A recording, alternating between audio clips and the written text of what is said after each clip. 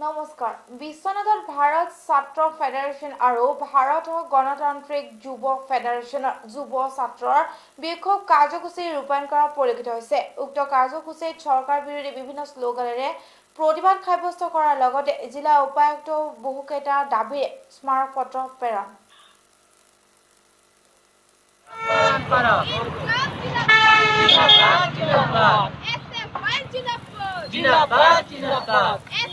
আজি বিশ্বনাথৰ সাপ্লাইৰ সমীপত ভাৰত ছাত্ৰ ফেডাৰেশ্যন আৰু ভাৰত গণতান্ত্ৰিক যুৱ ফেডাৰেশ্যনৰ বিশ্বনাথ জিলা শাখাৰ মোৰ চাকৰি ক'ত Where is my job? এই লৈ যুৱ ছাত্ৰ বিক্ষোভ কাৰ্যসূচী ৰূপায়ণ কৰি খালী হৈ থকা পদসমূহ শীঘ্ৰে পূৰণ কৰক। সোণোৱাল চৰকাৰৰ 5 কোটি চাকৰিৰ প্ৰতিশ্ৰুতি ক'ত গ'ল?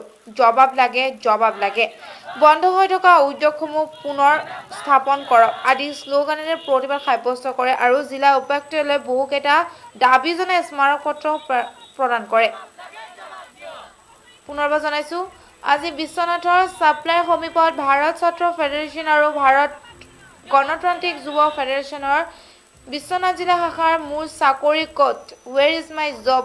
এই লৈ যুৱ ছাত্ৰ বিক্ষোভ কাৰ্যসূচী ৰূপায়ণ কৰি খালী হৈ থকা পদসমূহ শীঘ্ৰে পূৰণ কৰক। সোণোৱাল চৰকাৰ 5 কোটি চাকৰিৰ প্ৰতিশ্ৰুতি ক'ত গ'ল? জবাব লাগে। বন্ধ হৈ থকা উদ্যোগসমূহ পুনৰ স্থাপন কৰক আদি শ্লোগানেৰে প্ৰতিবাদ সাব্যস্ত কৰে আৰু জিলা উপায়ুক্তলৈ বহুকেইটা দাবী জনাই স্মাৰক পত্ৰ প্ৰদান কৰে।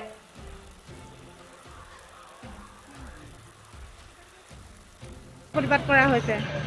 আজি আমি ইয়াতে একলগ হৈছোঁ ব্যাপক কৰ্মসংস্থাপনৰ দাবীত।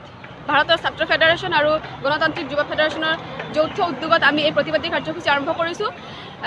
যোৱা লোকসভা নিৰ্বাচনত যেনেদৰে নৰেন্দ্ৰ মোদী ডাঙৰীয়াই কৈছিল যে বছৰি 2 কোটি নিবনুৱাক চাকৰি দিব, প্ৰতি বছৰে 2 কোটি নিবনুৱাক, কিন্তু তেওঁলোকে যি প্ৰতিশ্ৰুতি দিছিল সেই প্ৰতিশ্ৰুতি তেওঁলোকে পালন কৰিব পৰা নাই।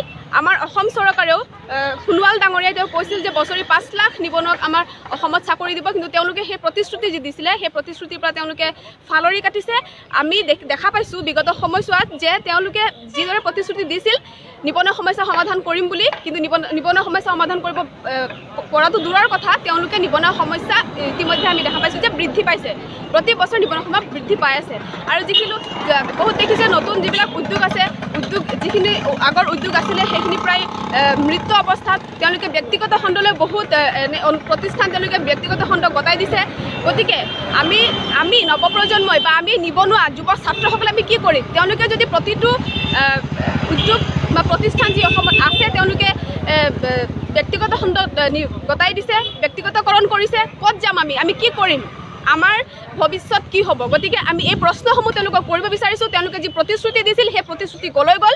আমাক যি প্ৰতিশ্ৰুতি দিছিল চাকৰি দিয়াৰ, তেওঁলোকে আমাক চাকৰি দিয়াৰ ব্যৱস্থা কৰিব লাগে, নতুন উদ্যোগ স্থাপন কৰিব লাগে, যিসমূহ স্কুল কলেজত খালী হৈ থকা পদ আছে সেইখিনি অতি শীঘ্ৰে পূৰণ কৰিব লাগে আৰু সম্পূৰ্ণ দুৰ্নীতিমুক্ত প্ৰক্ৰিয়াৰে সেইসমূহ পূৰণ কৰাৰ বাবে আমি আহ্বান জনাইছোঁ। আৰু ইয়াৰ মাজেদি আমি ক'ব বিচাৰিছোঁ যে চাহ বাগিচা অঞ্চলত যিখিনি হাইস্কুল তেওঁলোকে স্থাপন কৰিম বুলি কৈছে, কিন্তু হাইস্কুল স্থাপন কৰাৰ আগে তেওঁলোকে পৰ্যায়ক্ৰমে কাম কৰিব লাগিছিল।